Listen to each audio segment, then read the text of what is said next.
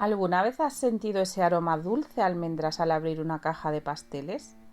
En Buenos Aires, durante el verano de 1979, ese olor dejó de ser una invitación al placer para convertirse en el aroma de la muerte. Imagina a tu mejor amiga, esa con la que compartes secretos, joyas y tardes de té, acercándote un bombón con una sonrisa. No sospecharías nada, ¿verdad? Pues esa confianza fue el arma más letal de María de las Mercedes Bernardina Boya Aponte de Murano. Hoy vamos a analizar la mente de la mujer que demostró que el cianuro puede ser un sabor dulce. La única e irrepetible Gilla Murano. Hola, bienvenidos. Yo soy Virginia y esto es Viudas Negras, el canal donde analizamos la psicología y los crímenes de las mujeres más fascinantes de la historia. Aquí exploramos esas mentes oscuras y hablamos de crímenes de mujeres que mataron por amor, por dinero o por venganza. O viajamos a la Argentina de finales de los 70 para conocer a una mujer que no solo mató a sus amigas, sino que se burló de la justicia y del mundo entero hasta su último suspiro. Quédate conmigo porque este caso tiene más capas que una de las tortas que Gilla solía invitar. Nuestra historia comienza lejos de las luces de la gran ciudad. María de las Mercedes nació en 1937 en Corrientes, una provincia al norte de Argentina. Pero ella sabía que había nacido para algo más grande que el campo. Era una mujer ambiciosa, de esas que miran las revistas de moda y sienten que el mundo les debe el lujo que ven en las páginas. Siendo joven, se mudó a Buenos Aires y se instaló en el barrio de Montserrat, en un edificio señorial de la calle México 1177. Se casó con Antonio Murano, un hombre bueno, un abogado que le dio el apellido y la estabilidad, pero nunca fue suficiente para ella. Gilla no quería ser una esposa normal, ella quería ser Gilla Murano. Su estilo de vida era su religión. Le obsesionaban las pieles, los perfumes franceses y sobre todo las joyas. Se paseaba por el barrio como una reina, saludando a los comerciantes, siempre impecable, siempre altiva. Pero mantener ese estatus en una Argentina con una economía inestable era difícil. Gilla no trabajaba, pero gastaba como una millonaria. ¿De dónde sacaba el dinero? Aquí es donde empieza su trama maestra, la manipulación de quienes más la querían. Para sus vecinas y amigas, Gilla no era solo una mujer elegante, era una mujer con contactos. En una Argentina donde la inflación empezaba a dar miedo, Gilla apareció con una solución milagrosa. Les decía que tenía una inversión secreta en una mesa de dinero, algo muy exclusivo que rendía intereses altísimos. Sus mejores amigas, mujeres que habían trabajado toda su vida y tenían sus ahorros bajo el colchón, confiaron en ella.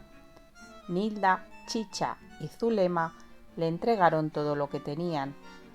Gilla recibía los fajos de billetes con una sonrisa protectora y les firmaba unos pagarés que para ella no valían ni el papel en el que estaban escritos.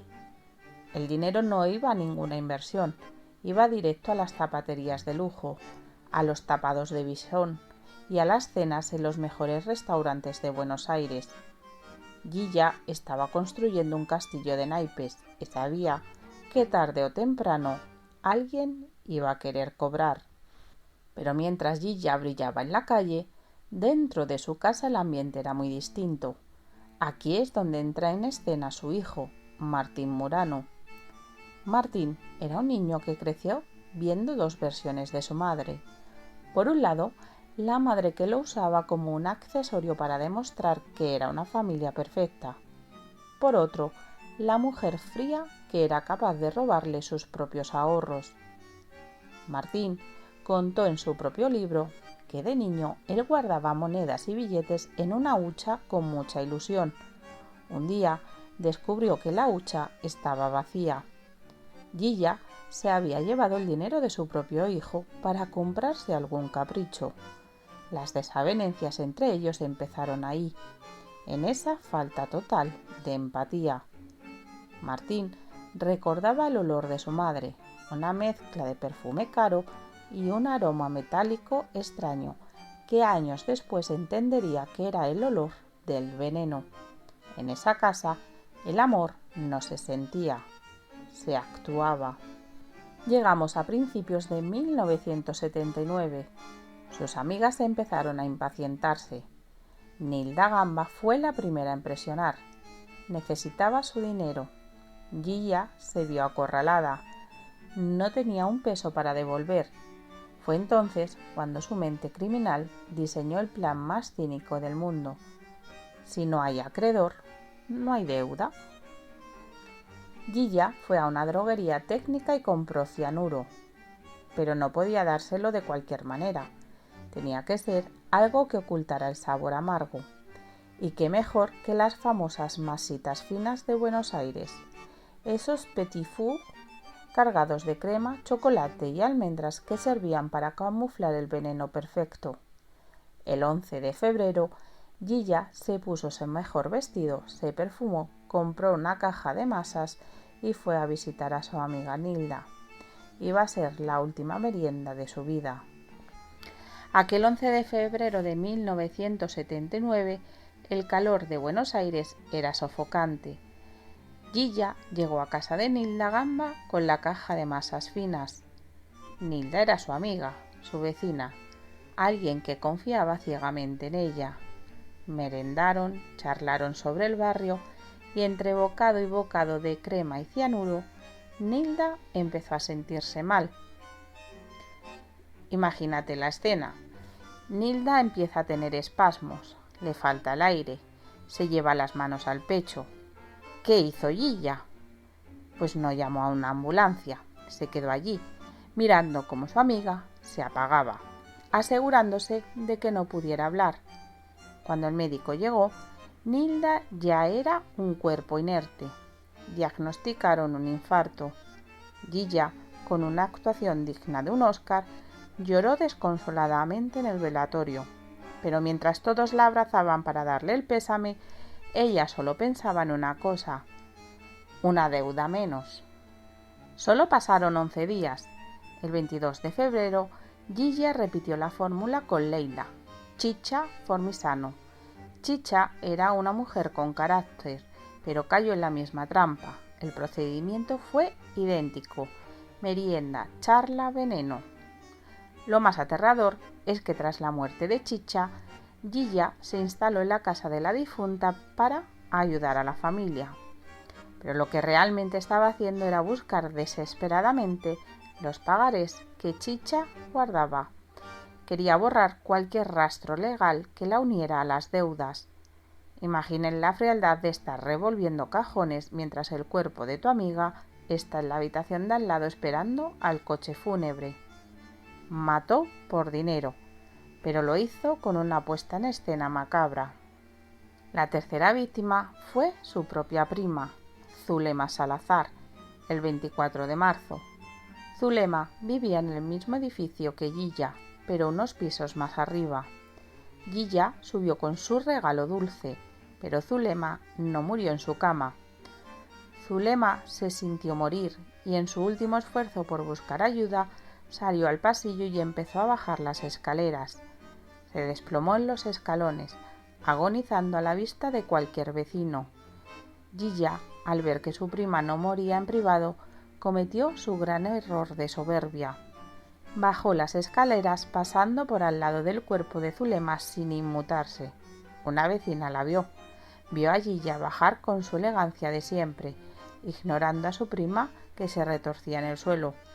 Ese desprecio por la vida fue lo que empezó a levantar las sospechas que el médico del barrio ya no podía ignorar.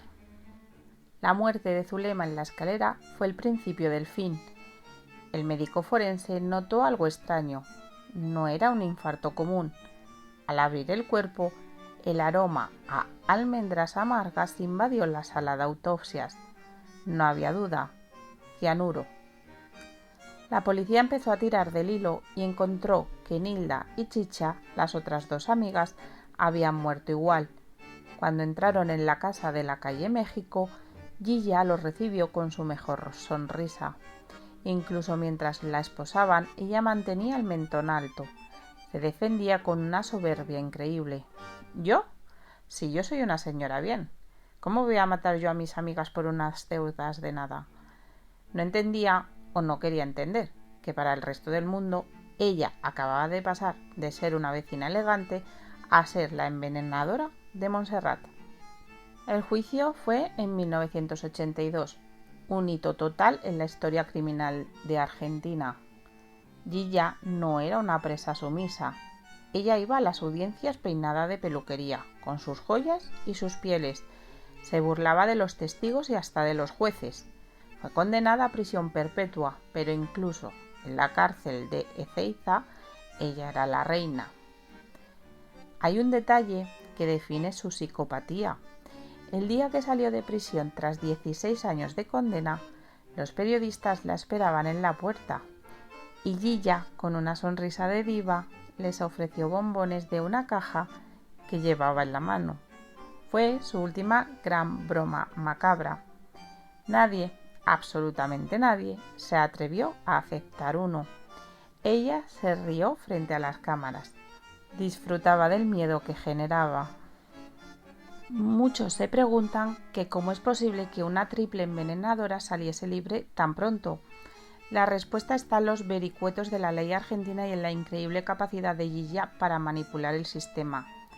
Gracias a la ley del 2x1 y a su fachada de presa ejemplar, la justicia le abrió las puertas mucho antes de lo esperado.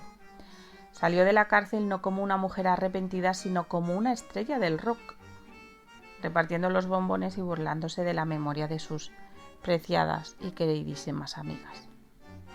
Además, en sus últimos años de vida, Gilla se convirtió en un personaje bizarro de la televisión. Iba a programas de cocina, a entrevistas con Mirta Legrand y siempre con el mismo discurso: yo soy inocente. Pero la realidad era otra. Su propio hijo, Martín, nunca se reconcilió completamente con ella.